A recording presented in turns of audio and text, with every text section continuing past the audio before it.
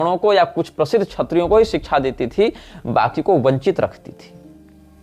अच्छा, गुरुकुल परंपरा पक्षपाती थी, ऐसा ऐसा कहना है। आपको क्या लगता है जितने भी निर्माण कार्य, जितने भी औद्योगिक कार्य थे, वो क्या ब्राह्मण और क्षत्रिय करते थे?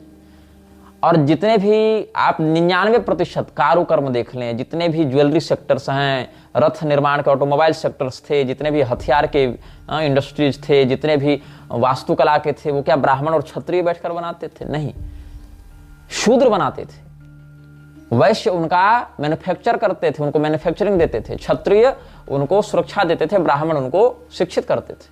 हाँ, हर प्रकार के शास्त्र में हर प्रकार के व्यक्ति का अधिकार नहीं था, लेकिन जिसमें उसकी आजीविका निश्चित है, जिससे उसको सम्मानित और सुरक्षित जीवन आर्थिक और हर प्रकार से मिल सकता है, उसकी तो शिक्षा दी जाती थी। यही कारण है भारत का जो स्वर्णिम काल माना जाता है, सोने की चिड़िया जब भारत को माना जाता था, तो क्या ब्राह्मण बैठकर वो उद्योग चला रहा था, क्षत्रिय बैठकर चला रहा था? नहीं। और ब्यूटीफुल ट्री, इस पुस्तक को आप पढ़िएगा कभी, उसमें आपको बहुत से प्रमाण ऐसे मिलेंगे जहां पता चलता है कि गुरुकुल में तो शूद्र छात्रों की संख्या ब्राह्मणों से अधिक थी, लेकिन इन बातों को सामने नहीं लाया जाता।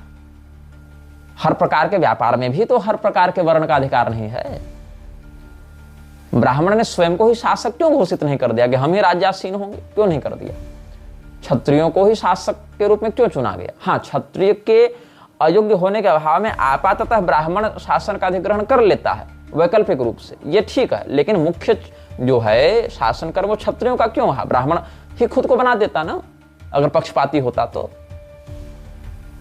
उससे तो शैक्षणिक और शासकीय दोनों सत्ता उसके हाथ में आ जाती, लेकिन नहीं, इन लोगों को तो दुष्प्रचार करना है, इन लोगों को तो कहना है कि हमको वंचित रखा गया, वंचित रखा गया, वंचित रखा गया। भाई, वंचित रखे जाने को जो तुम काल मानते हो, उस काल में इतने अद्भुत आविष्कार हो गए, इतने गजब गजब रचनाएं हो गई, इतना, जिसको मार्वेल ऑफ इंडिया कहा जाता है, गोल्डन एज ऑफ इंडिया कहा जाता है, वो तब हो गया जब आप वंचित थे। और आज जब आपको इतना संविधान का संरक्षण और शिक्षा प्राप्त है, तब क्या कर रहे हैं आप? तब क्या प्रोडक्टिविटी आपकी देखने को मिल रही है? तब ये हाल हो गया है देश का कि 80 करोड़ लोग सरकार के द्वारा दिए गए अनाज पर आश्रित हैं, नशेड़ी बन चुके हैं, क्रिमिनल माइंडसेट से युक्त हो चुके हैं। ये स्थिति हो गई।